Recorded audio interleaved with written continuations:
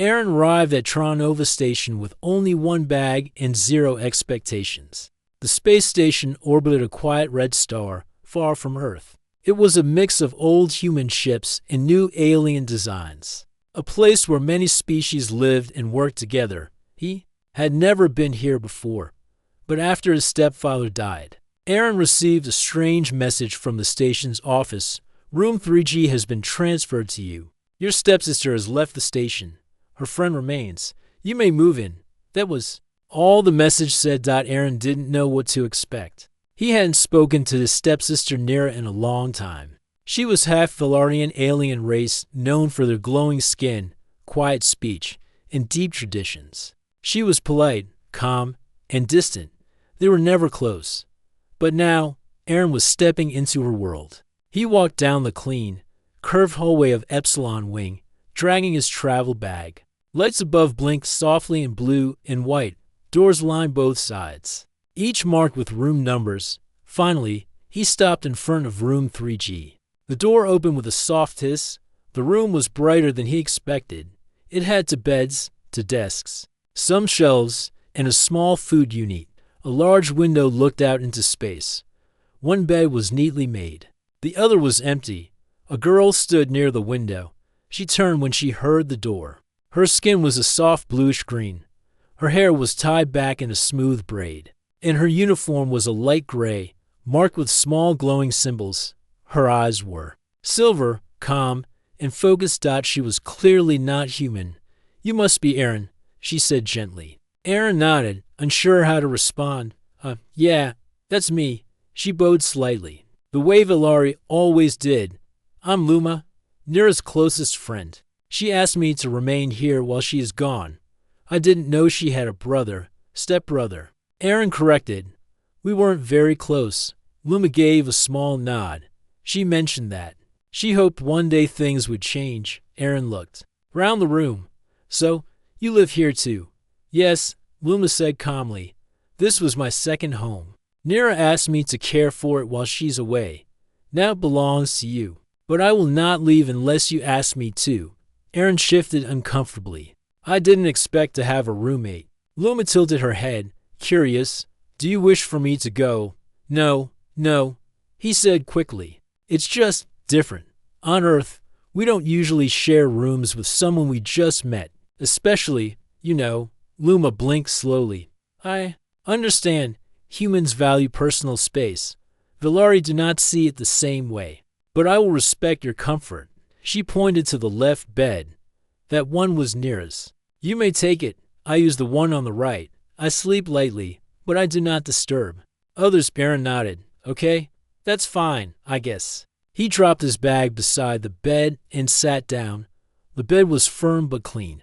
He looked across the room at Luma, who had returned to polishing something small in her hand. What's that? He asked. She held it up.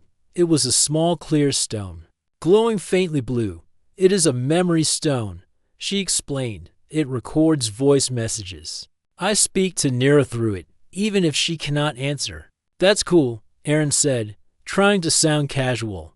They sat in silence for a while. Aaron unpacked his few things, some clothes, a data pad, and an old photo of his mother. Meanwhile, Luma lit a soft incense and placed it near the shelf.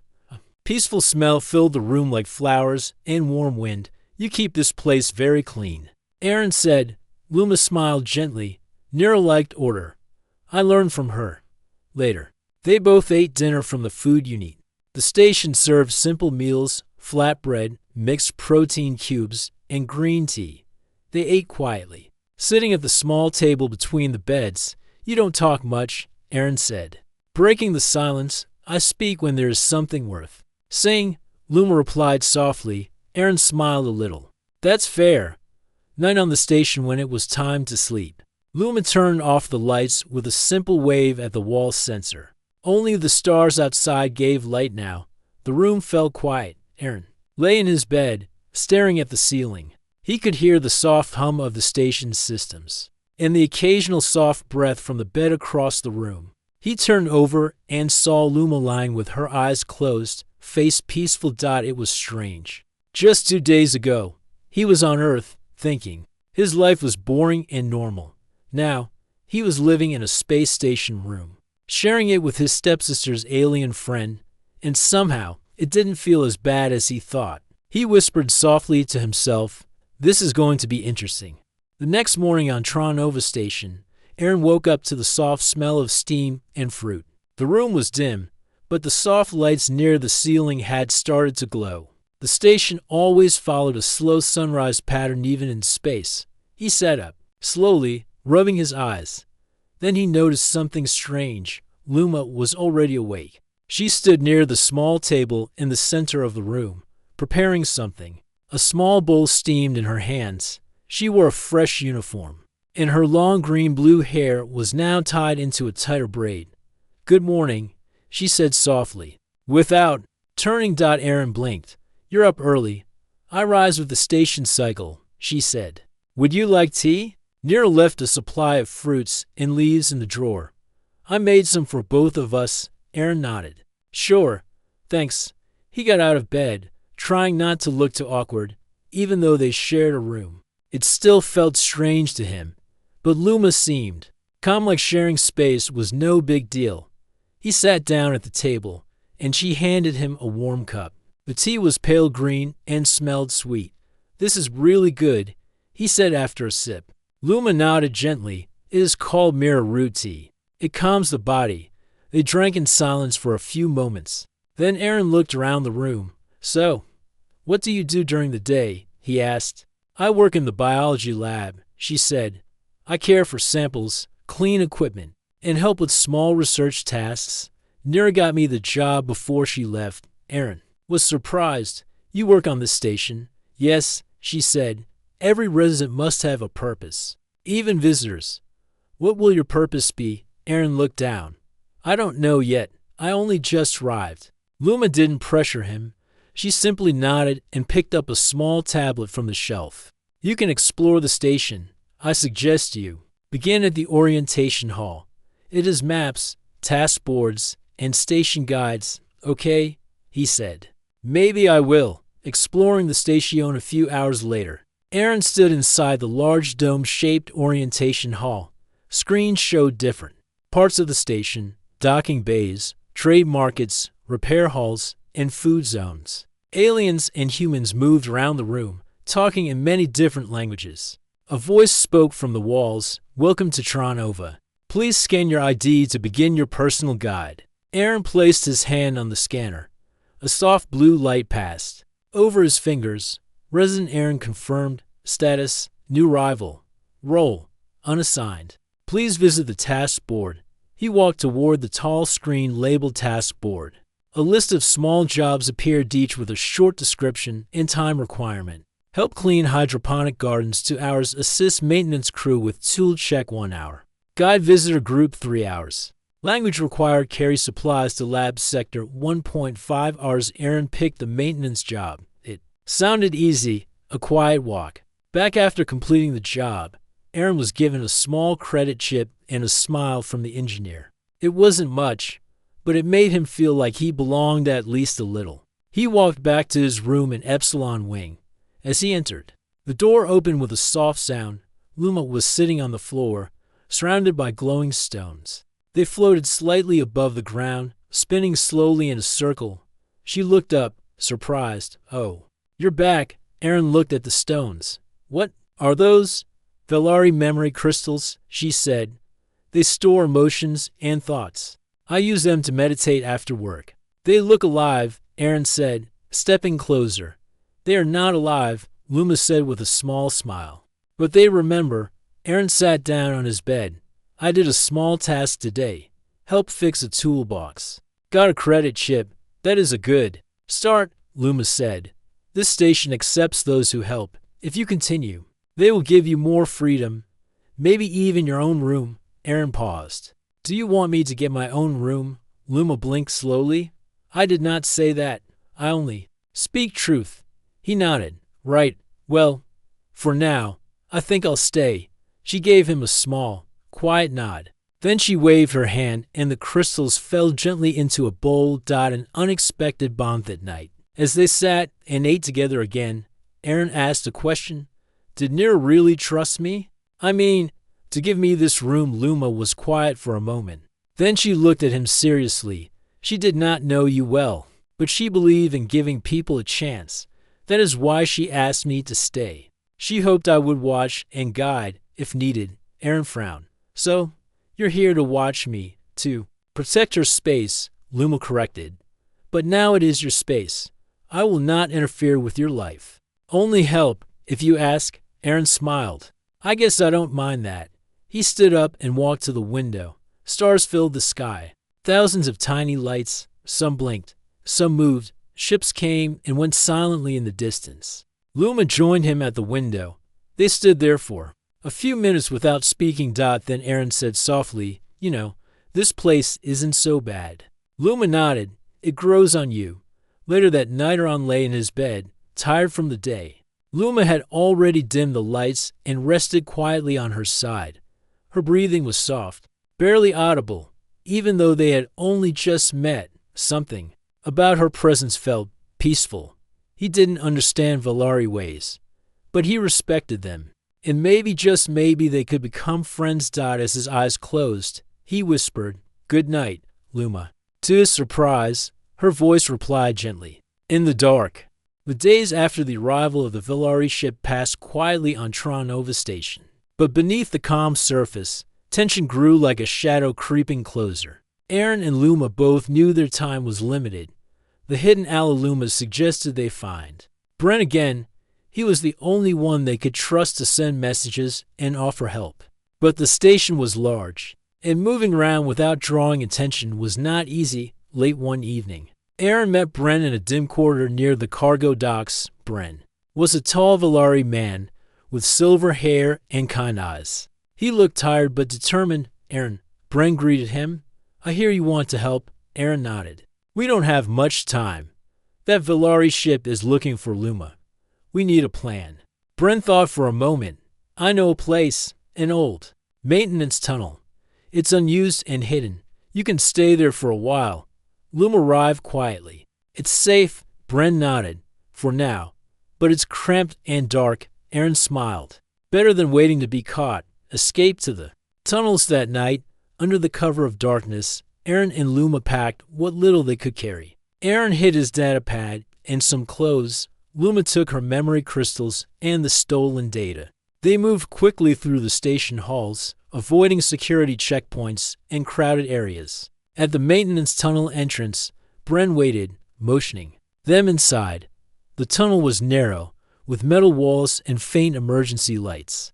The air smelled dusty and cold. "This is where we hide," Brent said quietly. "We can monitor the station from here without being seen." Aaron took a deep breath. "Feels like a spy movie." Luma smiled faintly. "Better than being caught." A growing bond days passed in the tunnels. Aaron and Luma worked together to send coded messages to allies beyond the station. They shared stories about their worlds. Aaron learned more about Valari culture, how they valued knowledge, patience, and balance. Luma told him about Nira's courage and loyalty. Luma learned about Earth, about Aaron's simple life before this adventure. Though they came from different worlds, a strong trust grew between them.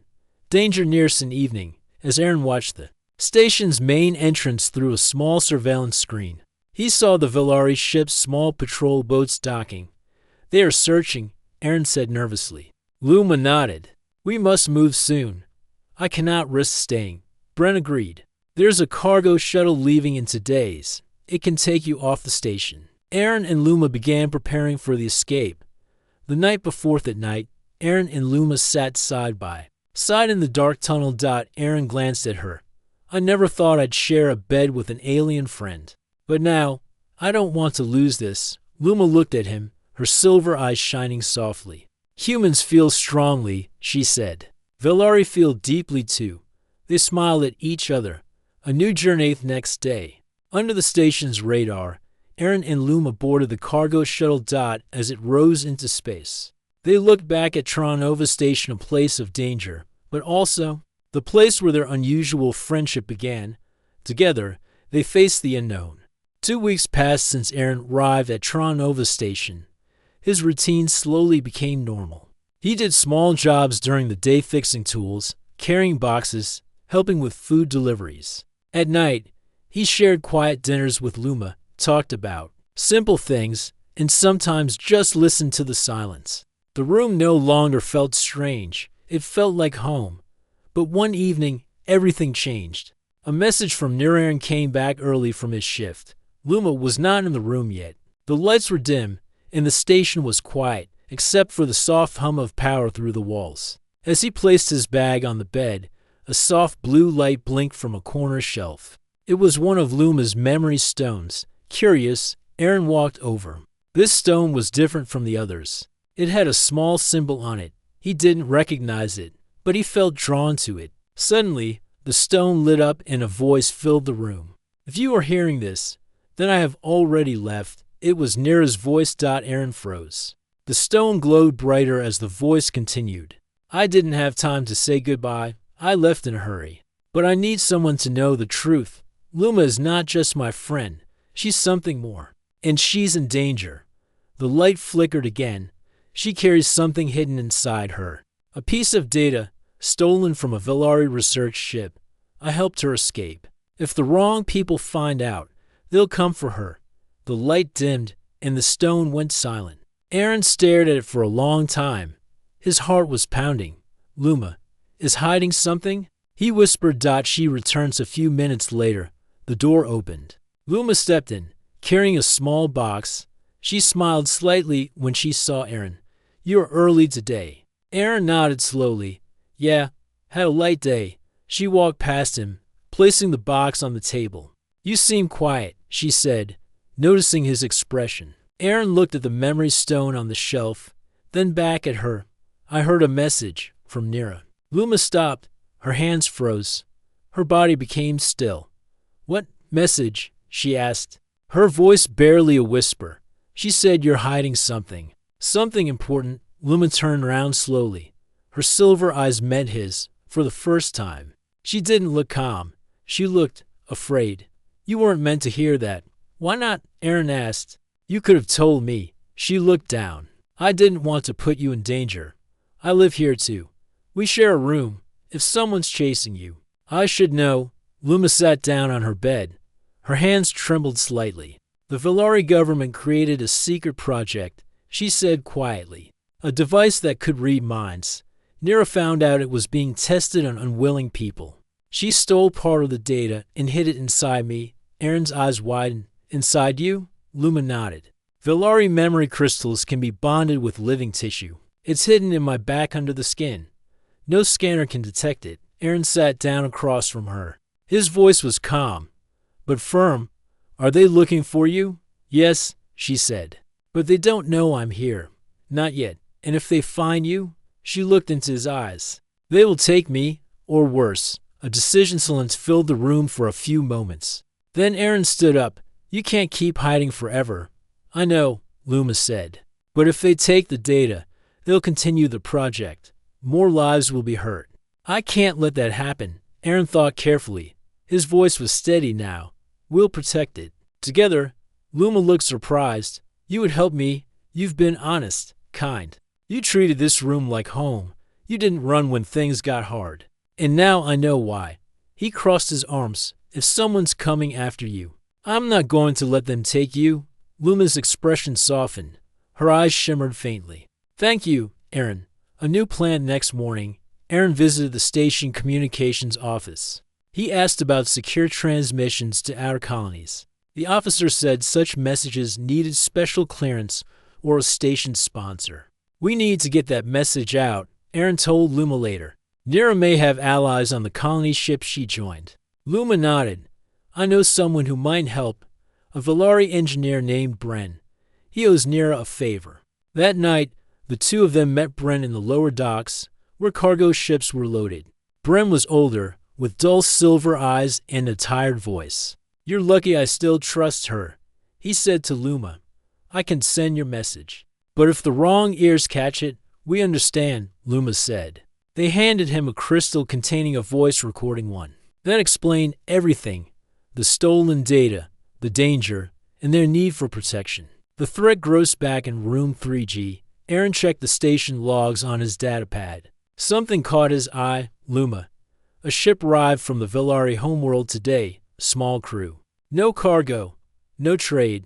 Luma's face became pale. They're here. Do they know where you are? Not yet, she said. But they will search, slowly, carefully. Aaron stood up. Then we need to stay ahead of them. Luma looked at him, her expression full of worry.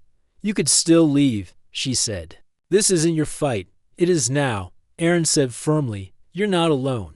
The cargo shuttle drifted slowly away from Tronova Station, leaving the glowing structure behind. Outside the small window, stars twinkled coldly, silent witnesses to the quiet escape. Aaron and Luma sat side by side, their faces bathed in soft control panel light. The Aaron side was recycled, but fresh compared to the cramped maintenance tunnels they had left behind. A new Staron took a deep breath and looked at Luma. This is the first time I feel like I'm really starting something new, he said. Luma smiled gently. For me, it is survival and hope mixed together. The stolen data still weighed heavily on their minds.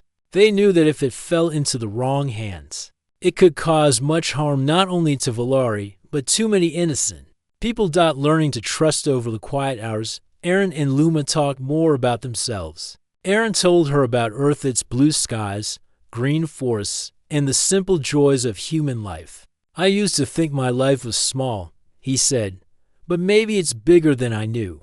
Luma listened closely and shared stories about the Villari homeworld, a planet covered in glowing forests and calm seas. Our people value peace, she explained, but sometimes peace means fighting in silence. They laughed softly when Luma tried to imitate Earth music from a recording Aaron showed her. Their differences made their bond stronger. A warning signal suddenly, a soft beep, broke the calm. Luma leaned forward and checked the screen. There's a signal from the Villari patrol ships, she said quietly. They are still tracking us. Aaron frowned. Can they follow our shuttle? No, but they might warn other stations, Luma explained. We must be careful where we go next.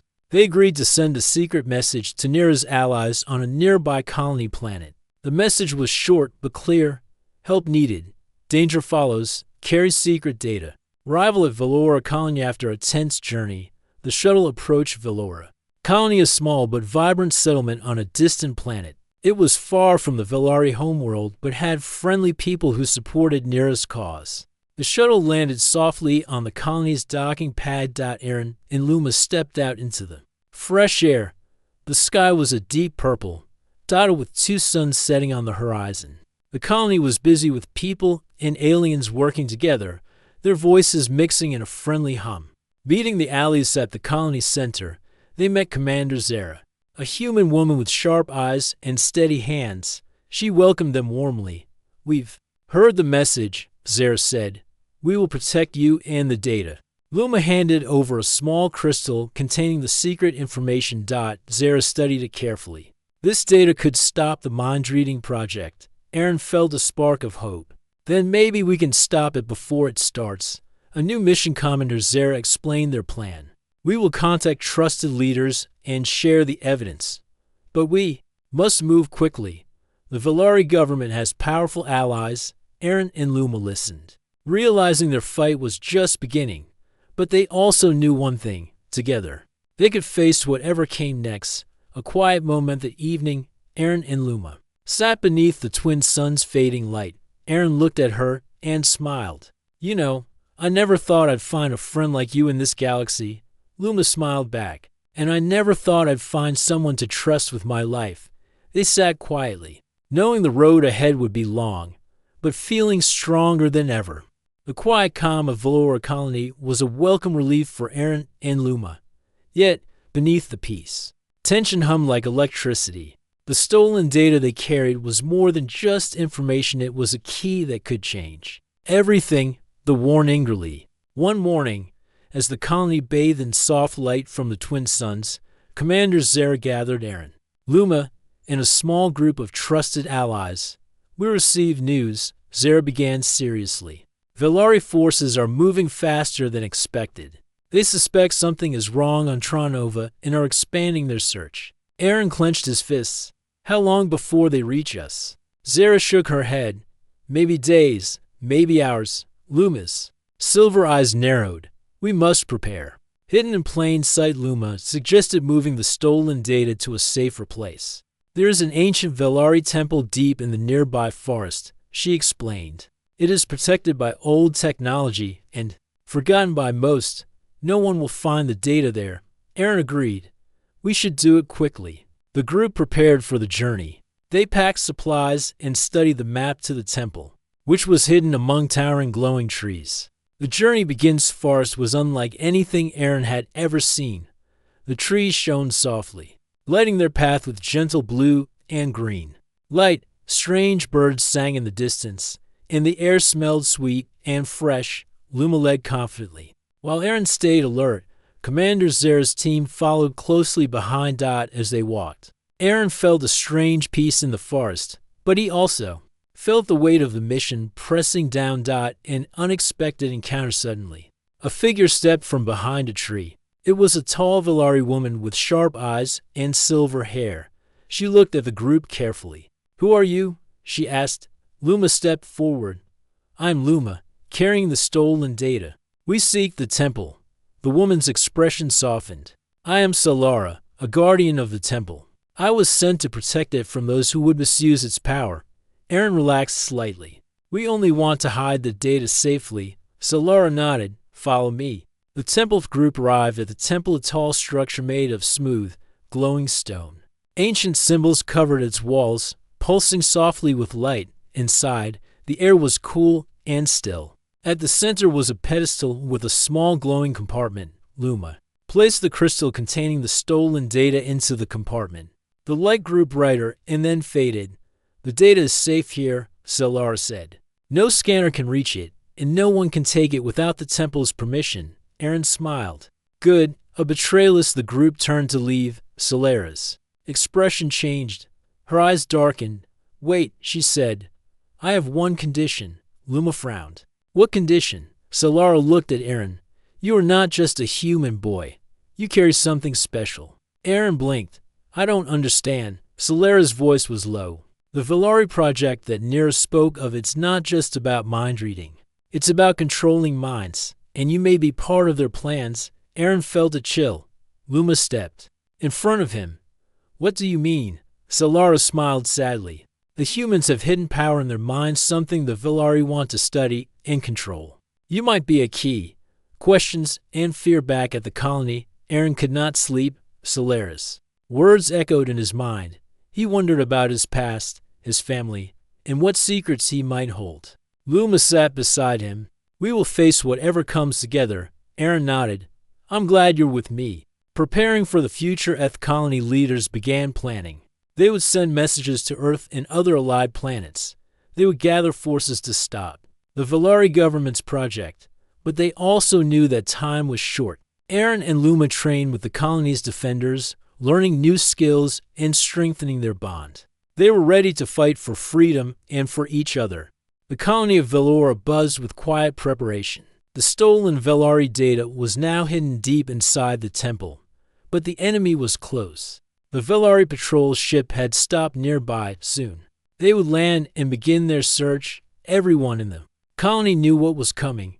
Aaron stood outside the command center, looking up at the dark sky. He had changed.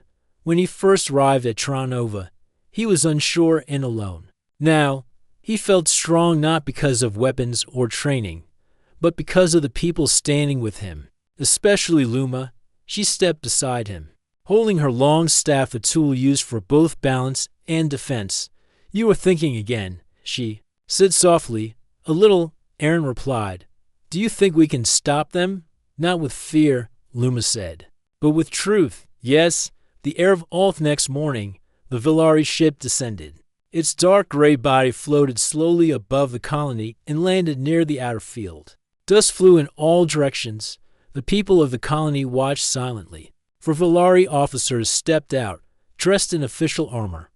One of them, tall and cold-eyed, was Commander Rahl, the one leading the mind control project. He held up a small scanning device and looked around.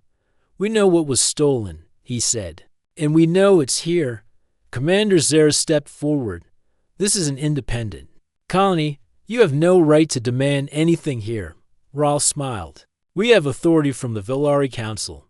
This is a matter of state security." Luma walked to Zara's side.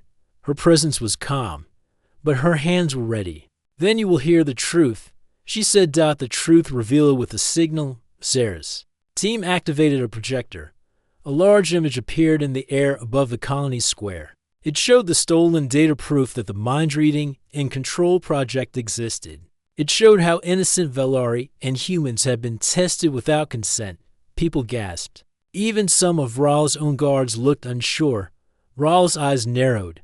"This is fake. Lies." Luma stepped forward. "No, this is what your project truly is. It steals freedom. It steals minds, and we will not let it continue." "You helped steal it," Rahl said. "That makes you a traitor." Aaron stepped forward now. "If protecting the innocent makes us traitors, then we'll wear the name proudly." A battle of wills. Rahl raised his hand. His guards stepped forward, weapons ready, but the colony was ready too, armed only with light shields and their courage. Zara's team stood tall. The people of Velora took their place beside Aaron and Luma. "You will not win here," Zara said. "Then I will take the data myself," Rahl growled. He stepped forward, but the temple behind the crowd began to glow. A deep hum came from its heart. From the trees, Solara appeared, the temple guardian. "This place is sacred. You cannot touch what it protects." Rahl tried to push past her, but the light from the temple grew stronger. It forced him back, burning his path with soft blue energy. Rahl screamed in frustration. "You dare use ancient power against me? You used science to hurt people," Solara said. "We use knowledge to protect." The end of the projecting is failure. Rahl turned to flee, but his guards did not follow. One of them, young and uncertain, stepped forward and placed his weapon on the ground. "This is not what we were told," the guard said. "We were told this project would help." Rahl shouted, "You are soldiers, obey." But more guards stepped back. Some looked ashamed. Others looked angry. Zara moved forward and calmly said, "Your project is finished. Go back, or stay and answer for your crimes." Realizing he had lost, Rahl turned and stormed back to his ship. Only one guard followed him. The rest remained behind. As the ship rose into the sky and disappeared, a deep calm returned to the colony. A new chapter. Later that evening, the people gathered in the square. There were no weapons now, only lights and music. A small celebration had started, quiet, respectful, but full of hope. Aaron and Luma stood near the edge of the crowd, watching. "It's over," Aaron said. "We did it." Luma smiled, her silver eyes soft. "We did not do it alone." "No," Aaron said, "but I couldn't have done it without you." She looked at him, then gently reached out and touched his hand. "Nor I without you, a home." Together over the next days, Aaron and Luma helped rebuild what had been shaken. Messages from other colonies came in support, thanks, offers of friendship. Even a few voices from Velari space began to question the government's silence. The stolen data remained hidden, protected deep within the temple. But its message had already spread. The truth had done what no weapon could. Aaron was offered a place on the colony council. He accepted, not because he was special, but because he had learned what it meant to stand for something. Luma remained by his side, still calm, still wise, but now smiling more often. They still shared a room, still shared a quiet tea each morning, still sat together at night and watched the stars. Only now, it wasn't a strange arrangement. Now, it was home.